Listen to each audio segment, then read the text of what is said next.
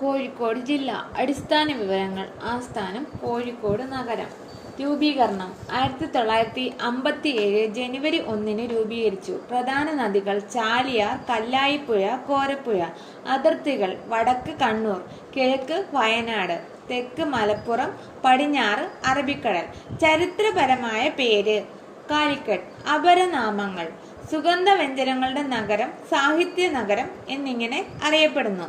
താലൂക്കുകൾ Kozhikode, Koyilandy, Vadakara, Thamarassery.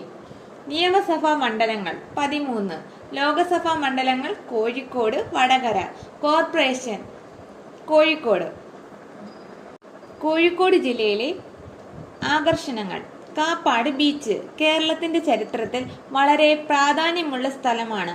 1498 Portuguese നാവികനായ Vasco da Gama കപ്പലിറങ്ങിയത് കാപ്പാട് കടപ്പുറത്താണ്.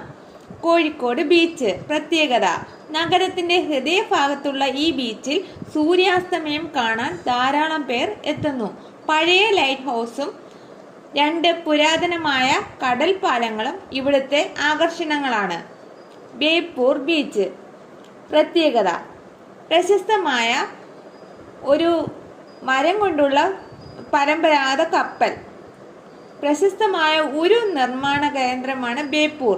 ഉരു നിർമ്മിക്കുന്ന സ്ഥലങ്ങൾ കാണാനും ഇവിടെ സൗകര്യമുണ്ട്. ബേപ്പൂർ പുഴയുടെ അഴിമുഖത്ത് കടലിലേക്ക് നീണ്ടു നിൽക്കുന്ന ഒരു പുലിമുട്ടും പ്രധാന ആകർഷണമാണ്. തുഷാരഗിരി വെള്ളച്ചാട്ടം പ്രത്യേകത. 3 അരുവികൾ ചേർന്ന ഈ വെള്ളച്ചാട്ടം കോഴിക്കോട് ജില്ലയിലെ പ്രധാന ഹൈക്കിംഗ് സ്ഥലങ്ങളിൽ ഒന്നാണ്. പശ്ചിമഘട്ടത്തിന്റെ മനോഹരമായ കാഴ്ചകൾ ഇവിടെ ആസ്വദിക്കാം. പെരുവണ്ണാമൊഴി ഡാം. കുറ്റ്യാടിപ്പുഴയ്ക്ക് കുറുകെയുള്ള ഈ ഡാം മനോഹരമായ ഒരു റിസർവയർ മേഖലയിലാണ്.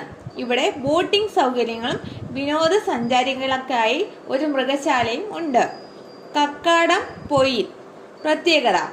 മലപ്പുറം ജില്ലയോട് ചേർന്ന് കിടക്കുന്ന ഈ സ്ഥലം മലബാറിന്റെ ഊട്ടി എന്നറിയപ്പെടുന്നു. തണുത്ത കാലാവസ്ഥയും പ്രകൃതി സൗന്ദര്യമാണ് ഇവിടുത്തെ ആകർഷണം.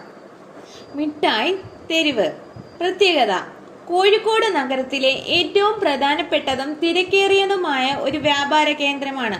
ഇവിടുത്തെ പ്രശസ്തമായ കോഴിക്കോടൻ ഹൽവ വിൽക്കുന്ന ധാരാളം കടകളുണ്ട്. കുറ്റിച്ചിറ പള്ളി പ്രത്യേകത. കോഴിക്കോടിന്റെ വാസ്തുവിദ്യാ ശൈലി വിളിച്ചോതുന്ന പുരാതനമായ മുസ്ലിം പള്ളി. തളി ശിവക്ഷേത്രം സാമൂതിരിമാരുടെ കാലത്തെ പ്രധാന ക്ഷേത്രങ്ങളിൽ ഒന്നാണ്. കേരളീയ വാസ്തുവിദ്യയുടെ